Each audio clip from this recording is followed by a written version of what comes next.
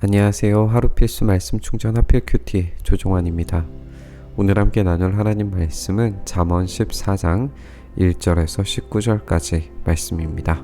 지혜로운 여자는 집을 세우지만 어리석은 여자는 제 손으로 집을 무너뜨린다 라고 이야기를 합니다.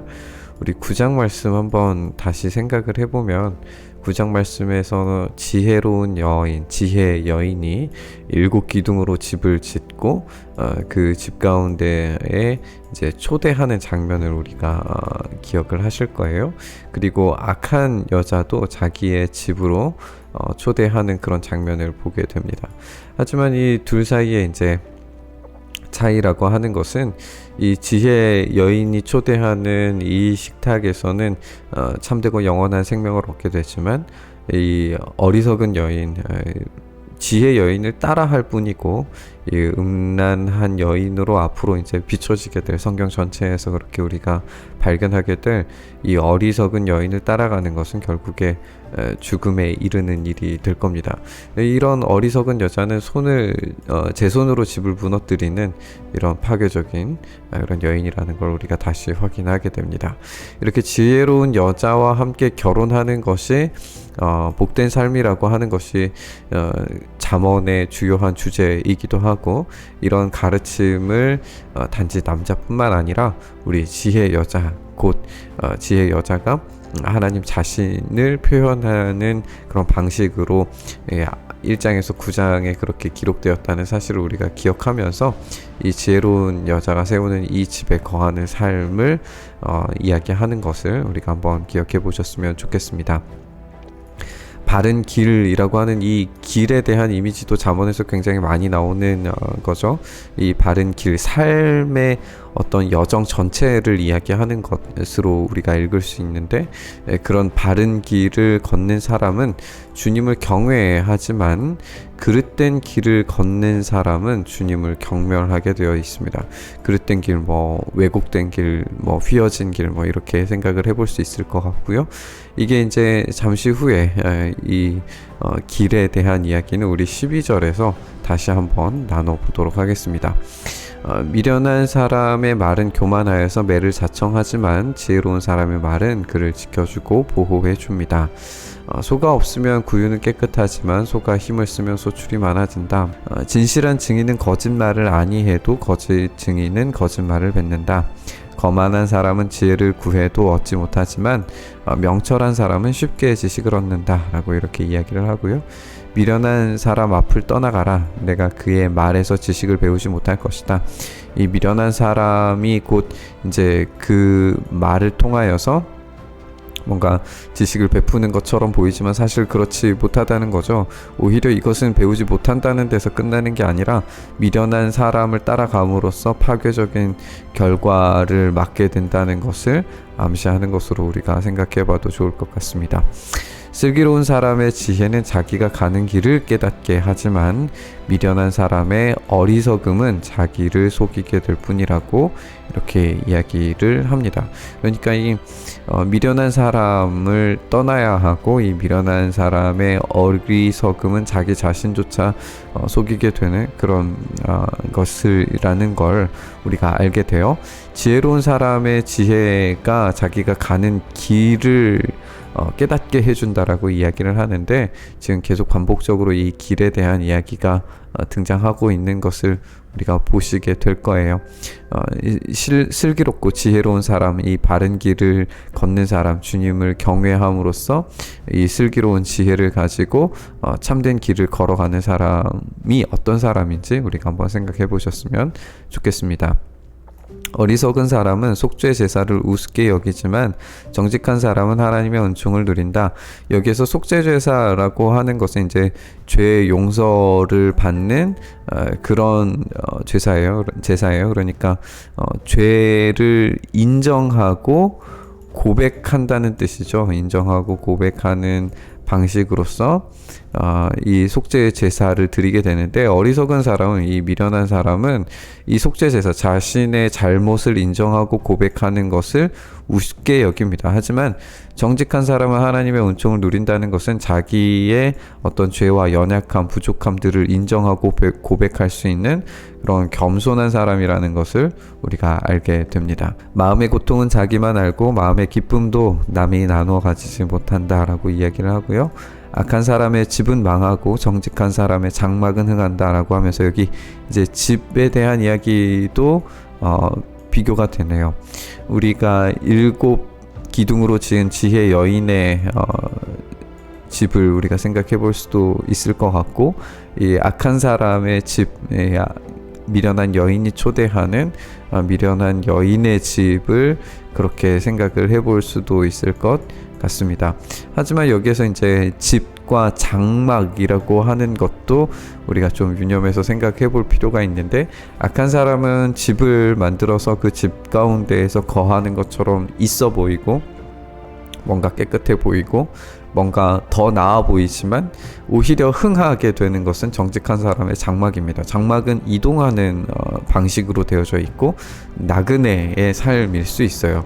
그러니까 정직한 사람은 그렇게 훌륭한 겉보기의 모습으로서는 성공해 보이는 것이 아닐지 모르겠지만, 오히려 정직한 사람의 장막을 하나님께서 흥하게 하시는 이유는 우리 12절과 함께 묵상하면서 한번 생각을 해보시죠. 이 사람의 눈에는 바른 길 같이 보이지만 마침내는 죽음에 이르는 길이 있다. 이 말과 함께 연결을 한번 생각을 해볼게요. 악한 사람의 집은 그럴싸해 보이고 큰 길입니다. 우리가 예수님의 말씀을 생각을 해보면 사람들은 크고 넓은 길로 가게 되어져 있어요. 크고 넓은 길은 당연히 성공 가도의 그런 길일 것이고, 이 길을 걷는 것이 일반론적인 그런 길일 거예요. 모든 사람들은 이 크고 넓은 길로 평탄한 길로 가려고 할 겁니다. 그런데 이 길은 지옥으로 가는 그런 길이에요. 하나님을 모르는 길이고 하나님을 떠나서 자기 자신을 만족시키는 그런 길이에요. 그러나 예수님을 따라가서 십자가를 따라가는 길은 좁고 험악합니다. 험한 길이에요. 하지만 이 십자가의 길, 좁고 험난한 길을 걸어갔을 때 진짜 이 길이야말로 참된 생명을 얻는 길이라고 우리가 배워서 알고 있습니다.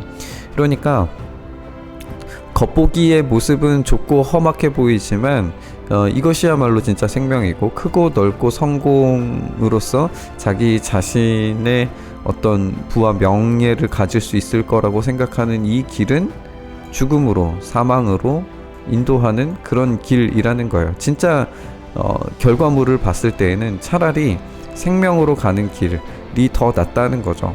그러니까 정직한 사람의 장막과 악한 사람의 집은, 이 겉보기 모습은 악한 사람의 집은 크고 넓은 길과, 그리고 정직한 사람의 장막은 십자가의 길과 비슷해 보이고 흡사해 보입니다. 하지만 이 사람들의 눈에는 바른 길같이 보이는 이 악한 사람의 집은 결국 패망하게 되고 마침내 죽음에 이르는 길이었을 뿐이라는 걸 우리에게 알려주게 됩니다.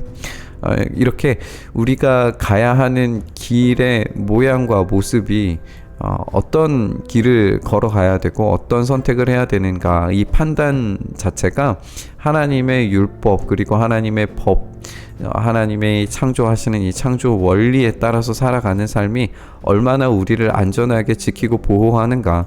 그러나 사람들이 봤을 때에는 이 삶 자체가 굉장히 편협하고 꽉 막혀 보이는 그런 인생인 것처럼 이야기하고 말한다는 거죠. 그러나 그들이 살아가려고 하는 자유롭고 평탄한 삶이라고 하는 것의 최종 목적지가 결국에는 파괴적인 삶이라는 것을 우리가 알게 됩니다. 웃어도 마음이 아플 때가 있고 즐거워도 끝에 가서 슬플 때가 있다. 이것도 결국에는 이제 겉보기의 모습과 결과물, 최종적인 것들이 다르다는 것을 우리가 알게 되는 거죠. 마음이 비뚤어진 사람은 자기가 한 만큼 보응을 받고 선한 사람도 자기가 한 만큼 보응을 받는다. 어수룩한 사람은 모든 말을 다 믿지만 슬기로운 사람은 행동을 삼간다. 지혜 있는 사람은 두려워할 줄 알아서 악을 피하지만 미련한 사람은 자신만만해서 조심할 줄을 모른다. 성을 잘 내는 사람은 어리석은 일을 하고 음모를 꾸미는 사람은 미움을 받는다. 어수룩한 사람은 어수룩함을 유산으로 삼지만 슬기로운 사람은 지식을 면류관으로 삼는다 라고 이렇게 이야기를 합니다. 우리 19절 말씀, 악인은 선한 사람 앞에 엎드리고 불의한 사람은 의인의 문 앞에 엎드린다.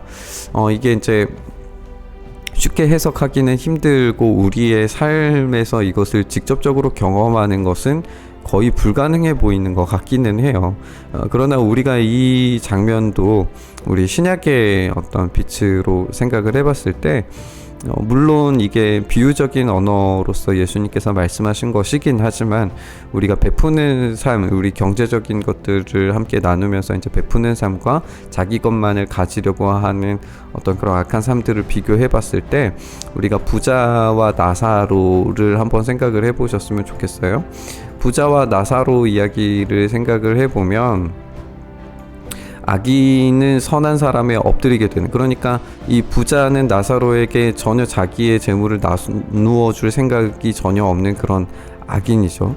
그런데 죽음 이후에 가보니까 이 부자는 나사로 밑에 있게 되는, 뭐 이제 상황적으로 우리가 어떤 그림만으로 봤을 때 그렇게 나사로 밑에 있게 되는 그런 장면이 보이고, 또 이 불의한 사람이 나사로의 집 문 앞에서, 뭐 이제 천국의 문이라고 생각을 해본다면 그 앞에서 엎드려서 도무지 그에게로 나갈 수 없는 그런 존재가 된다는 것을 우리가 이야기를 통해서 알고 있습니다.